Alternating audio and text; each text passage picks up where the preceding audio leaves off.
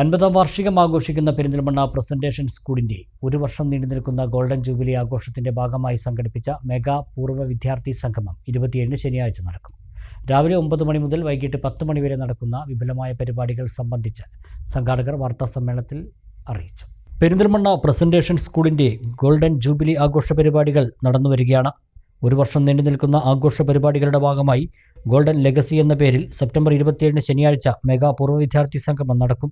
പൂർവ്വ വിദ്യാർത്ഥി കൂട്ടായ്മയായ ഗോൾഡൻ അലുമിനിയുടെ ആഭിമുഖ്യത്തിൽ സംഘടിപ്പിക്കുന്ന ഓർമ്മത്തണലിൽ ഒത്തിരി നേരം എന്ന മെഗാ മീറ്റിൽ രാവിലെ 9 മണി മുതൽ രാത്രി 10 മണി വരെ വിപുലമായ പരിപാടികൾ നടക്കും. പരിപാടികൾ സംബന്ധിച്ച് സംഘാടകർ വാർത്താസമ്മേളനത്തിൽ വിവരിച്ചു.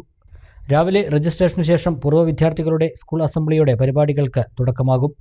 വിവിധ ഫൺ ഗെയിം മത്സരങ്ങൾ, പഠിച്ച ക്ലാസ് മുറികളിൽ ഒത്തുകൂടൽ, അധ്യാപകരെ ആദരിക്കൽ, ചിത്ര പ്രദർശനം, സാംസ്കാരിക പരിപാടികൾ തുടങ്ങിയ വിവിധ പരിപാടികൾ നടക്കും.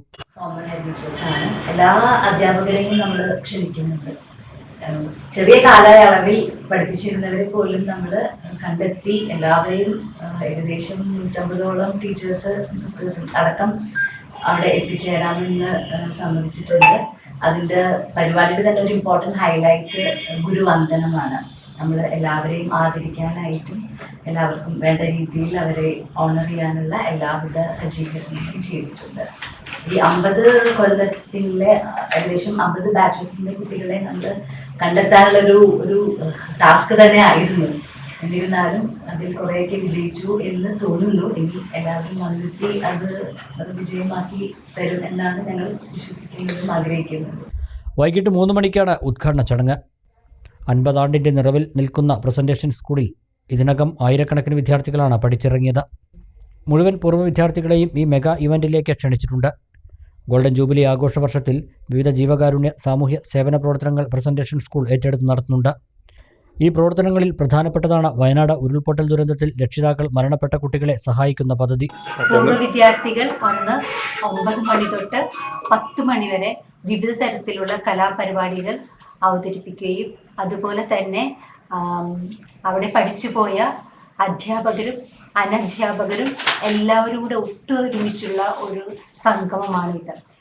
ഇതിന് നമ്മൾക്കെല്ലാവർക്കും ദൈവത്തിന് നന്ദി പറയാം, സന്തോഷിക്കാം.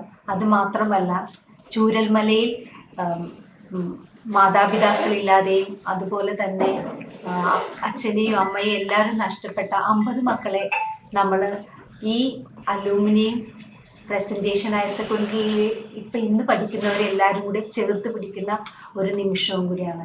ഇതിൽ വരുന്ന എല്ലാ പ്രോഫിറ്റും ഈ അലൂമിനിയം അസോസിയേഷൻ നമ്മുടെ ഈ കുട്ടികൾക്ക് വേണ്ടി, ചൂരന്മലയിലെ കുട്ടികളുടെ വിദ്യാഭ്യാസത്തിന് വേണ്ടിയിട്ട് അവരെ കോൺട്രിബ്യൂട്ട് ചെയ്യുന്നതായിരിക്കും. വാർത്താ സമ്മേളനത്തിൽ സ്കൂൾ പ്രിൻസിപ്പൽ ജസ്മി തോമസ്, പ്രധാനാധ്യാപിക പ്രിൻസി ജോസ്, പൂർവ്വ വിദ്യാർത്ഥി കൂട്ടായ്മ ഭാരവാഹികളായ ഡോക്ടർ റസീന സിദി, ഒമർ ഷെരീഫ്, KP രജീഷ് ബാബു എന്നിവർ പങ്കെടുത്തു.